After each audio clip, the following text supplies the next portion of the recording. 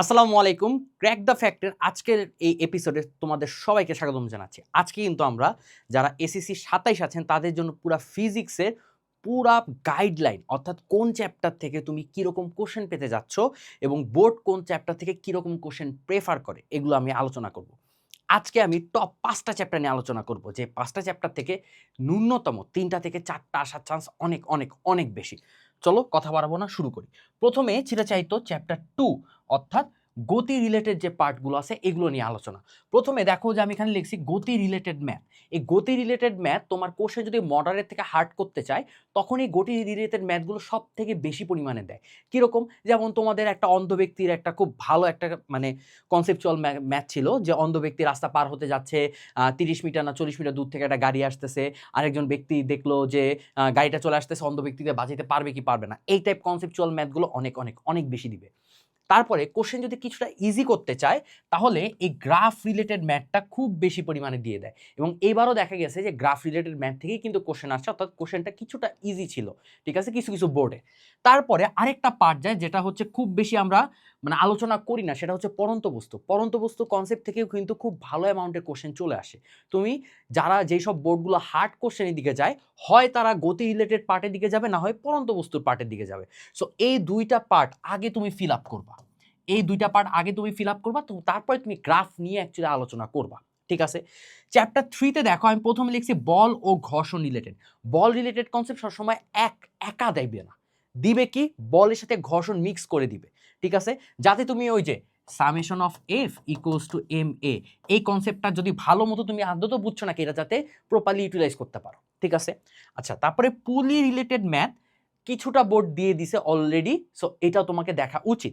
যেই বোর্ডটা সব থেকে বেশি দেয় প্রত্যেকটা বোর্ড, সেটা হচ্ছে এই সংঘর্ষ রিলেটেড কনসেপ্ট, যেটা হচ্ছে ভরবেগের সংরক্ষণশীলতা নীতির উপর ডিপেন্ড করে হয়। সো এইটাও তুমি ভালো মতো দেখবা। টার্গেট কি? প্রথমে আমার পুলি এবং বল ও ঘর্ষণ এই পার্টটা হচ্ছে তুমি আগে ভালো মতো দেখবা, তারপরে গিয়ে তুমি সংঘর্ষের পার্টটা ইউটিলাইজ করবা, ঠিক আছে, বা প্র্যাকটিস করবা। আচ্ছা, এরপরে তোমার আসতেছে চ্যাপ্টার 4। চ্যাপ্টার 4-এর দিকে সব থেকে বেশি পরিমাণে আসে কাজ রিলেটেড কনসেপ্ট, ঠিক আছে, হয় কাজ রিলেটেড কনসেপ্ট না হয় কুয়ার ম্যাথ, ঠিক আছে। এই কুয়ার ম্যাথ তুমি বিলিভ ইট অর নট এইচএসসিতে গিয়েও তুমি কমন পাবা, ঠিক আছে, সেম কনসেপ্ট সেম জিনিস যেটা আমি ক্লাস অলরেডি করাইছি ক্যাপে, ঠিক আছে।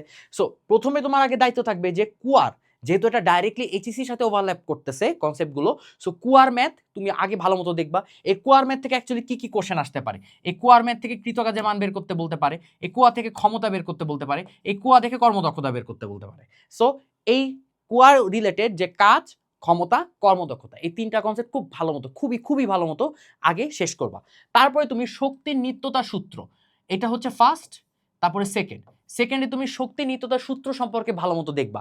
এখানে আসলে 2টা টাইপ আছে, একটা হচ্ছে পরন্ত বস্তু, একটা হচ্ছে হেলানো তল। 2টা টাইপই ভালো মতো দেখবা। এবং পরন্ত বস্তুর ক্ষেত্রে কি কি দিতে পারে, পরন্ত বস্তুর ক্ষেত্রে মনে করো একটা বস্তু একটা হাইটে আছে, তাকে ছেড়ে দেওয়া হলো, এই যে গতিপথ তাই উপর থেকে নিচে পড়তেছে, এখান থেকে 2টা থেকে 3টা পয়েন্ট বলে দেয় এবং প্রত্যেকটা পয়েন্টে মোট শক্তি সেম আছে নাকি, অর্থাৎ শক্তির সংরক্ষণশীলতার নীতি মেনে চলতেছে নাকি, এটা তাকে প্রুফ করতে বলতে পারে। সো এটা ভালো মতো দেখবা। হেলানো তল, হেলানো তল কি থাকে, এরকম মনে করো একটা হেলানো তল আছে, ঠিক আছে, তুমি মনে করো এখানে একটা বস্তু আছে, এখান থেকে তুমি এই টপ হেলানো তলের টপে তুমি নিয়ে যেতে চাচ্ছ, তাহলে এখানে কৃতকাজ কিরকম ভাবে করবে, তারপর এখানে শক্তির ট্রান্সফরমেশন কিভাবে হবে, সবকিছু এখান থেকে তোমাকে কোশ্চেন তুলে দিতে পারে, বোর্ডেও অলরেডি দেওয়া আছে। লাস্টে গিয়ে তুমি কাজের সূত্র রিলেটেড যে নর্মাল কোশ্চেনগুলো আছে সেগুলো প্র্যাকটিস করবা, ঠিক আছে। এটা হচ্ছে চ্যাপ্টার 4। এরপরে আমি ধরছি চ্যাপ্টার 10।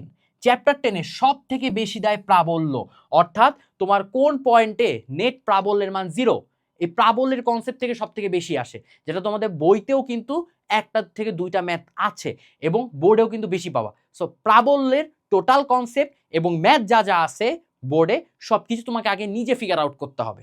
তারপরে দেখ কুলম্বের সূত্র, অর্থাৎ কোন পয়েন্টে তুমি নেট বলের মান 0 পাচ্ছ, এই কোশ্চেনটা তুলে দেয়, ঠিক আছে।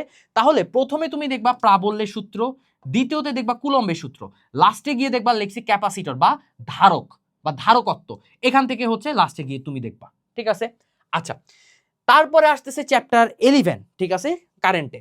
সো চ্যাপ্টার 11-এর সব থেকে কমন পার্ট দেয় রোধ এবং রোধের সমবায়, শ্রেণী সমবায়, সমান্তরাল সমবায়, ঠিক আছে।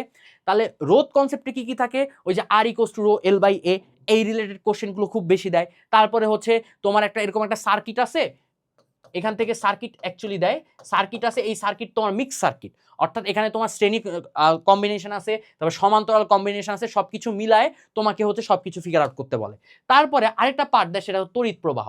ধরো একটা শ্রেণীতে হচ্ছে কম্বিনেশন আছে, এই শ্রেণী কম্বিনেশনের নির্দিষ্ট রোধের মধ্যে ভোল্টেজ কতটুকু কাজ করে, যেটা অনেকে শর্টকাটে ভোল্টেজ ডিভাইড ল হিসাবে কাজ করে, বাট তুমি ভোল্টেজ ডিভাইড ল হিসাবে দেখাবা না, তুমি ট্রাই করবা যে একটা প্রপার কনসেপ্টটা ধরে ধরে তুলে দেওয়া, ঠিক আছে? কারণ ভোল্টেজ ডিভাইডেড ল বা কারেন্ট ডিভাইডেড ল এগুলো হচ্ছে শর্টকাটে আমরা ইউজ করি, যেটা তোমাদের অনেক টিচারই হচ্ছে মার্কস কেটে দেওয়ার চান্স থাকে। ওকে, সো এরকম কোশ্চেনগুলো তড়িৎ প্রবাহ দিতে পারে। এখন প্রথম আমি 5টা তো চ্যাপ্টার দেখাইলাম, এখন যে কথাটা না বললেই না, সেটা হচ্ছে যে তোমাকে যখন তুমি এইগুলো অ্যানালাইসিস করবা, প্র্যাকটিস করবা, তোমাকে আগে দেখতে হবে তুমি নিজে কতটুকু পারো, নিজে কত পারো, ঠিক আছে? কারণ বোর্ড পরীক্ষায় তুমি নিজে লিখবা, বোর্ড পরীক্ষায় তুমি নিজে সলভ করবা। তুমি যদি ক্লাস দেখার পরে ভাবো যে ভাইয়া আমার তো হয়ে গেছে, তাহলে এটা চরম চরম চরম ভুল করতেছো। তোমাকে কি করতে হবে ভাইয়া? নিজে প্র্যাকটিস করতে হবে। যে ক্লাসে দেখো না কেন, তোমার সুন্দর মতো ওই ক্লাসের আদলে সবকিছু তোমাকে নিজ হাতে ফিগার আউট করতে হবে, তাহলে গিয়ে তুমি সিকিউতে ভালো করবা। তারপরে কি দেখবা? তারপরে অ্যাটলিস্ট বিগত সালে বোর্ডে যে এমসিকিউ গুলো আসছে, এই এমসিকিউ গুলো তোমাকে ভালো মতো অ্যাপ্রোচ করতে হবে। টাইম ধরে ধরে না করো, বাট অ্যাটলিস্ট অ্যাপ্রোচ করো।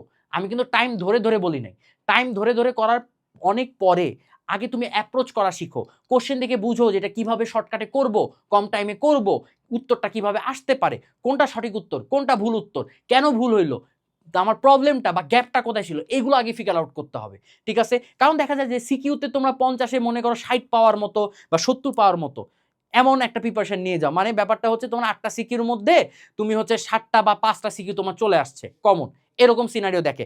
এখন তো মোটামুটি হচ্ছে তোমার সিকিউ পরিমাণ কমাই দিছে, শর্ট কোশ্চেন মানে এসকিউএল দিছে, সো যেটাই হোক, এসকিউ থাকুক বা 8টা সিকিউ থাকুক, অলমোস্ট সিকিউ তোমরা জানো। কিন্তু যেখানে সমস্যা হয় সেটা হচ্ছে এমসিকিউ। এমসিকিউ সামনের বন্ধু বা পিছের বন্ধু না থাকলে তুমি একা হয়ে যাও, তুমি এমসিকিউ সলভ করতে পারো না। এটা কেন? তোমার কি কনসেপ্টের সমস্যা? না, তোমার ব্রেন একটা সিকিউ কতক্ষণ, একটা সিকিউ তুমি হচ্ছে আগে প্রথমে 1 থেকে 2 মিনিট ভাবো, ভেবে তুমি আস্তে আস্তে সেটা ফিগার আউট করো। বাট এমসিকিউ তো এরকম না, এমসিকিউ খুব শর্ট টাইমের মধ্যে পারফেক্ট অ্যান্সার করতে হয়। সো তোমার ব্রেন একটা লং টার্মের প্রসেসে হ্যাবিচুয়েটেড, শর্ট টার্মের প্রসেস সে নিতে পারে না, এই হঠাৎ শকটা সে নিতে পারে না। তুমি যদি প্র্যাকটিস বাসায় না করো, তাহলে এই তুমি যদি ভাবো যে আমি প্র্যাকটিস করি নাই, বাট পরীক্ষার আগের দিন আমি প্র্যাকটিস করে গেলে হবে, এত ইজি না। যারা যারা বলে যে পরীক্ষার আগের দিন প্র্যাকটিস করে এমসিকিউ তারা ফিগার আউট করতে পারছে, বিলিভ ইট অর নট, তারা বাসায় আগে থেকে এমসিকিউ ভালো মতো প্র্যাকটিস করছে। সো সত্য কথা অনেকে বলে না, বাট তোমাকে জানতে হবে যে অ্যাকচুয়ালি ফ্যাক্টটা কি। সো ব্রেনকে এই সাডেন শক থেকে বাঁচানোর জন্য উপায় হচ্ছে এমসিকিউ বাসায় প্র্যাকটিস করা, ঠিক আছে? সো দেখো আজকে কিন্তু 5টা চ্যাপ্টার নিয়ে পড়ছে এবং 5টা ভাইটাল চ্যাপ্টার, যেটা তুমি যদি বোর্ড, যে কোনো বোর্ড, ঢাকা বোর্ড হোক, চট্টগ্রাম বোর্ড হোক, রাজশাহী বোর্ড হোক, যেটা ফুল সিলেবাসে বোর্ড যাতে ছিল, তুমি তাদেরকে বোর্ডটা বের করো, দেখবা এই চ্যাপ্টারগুলোই বারবার আসছিল। সো আজকের এপিসোডে তোমরা ক্র্যাক দ্য ফ্যাক্টের অনেকগুলো পার্ট তোমরা জানছো, যে কিভাবে পড়তে হবে, কোনটা পড়তে হবে, কোনটাকে ফোকাস করতে হবে, ঠিক আছে? এবং জানলেই হবে না, এটা কিন্তু হাতে কলমে নিজেও প্র্যাকটিস করতে হবে, তাহলে মোটামুটি এই যে তুমি ভিডিওটা দেখতেছো, এই ভিডিওর যে এফিসিয়েন্সি বলো বা এটার হচ্ছে উপকারিতা বলো, সব কিছু তুমি ভালো মতো পাবা। সো দেখা হচ্ছে অন্য কোনো এপিসোডে, ততদিন সবাই সুস্থ থাকো, সুন্দর থাকো, সবাইকে টাটা, আসসালামু আলাইকুম।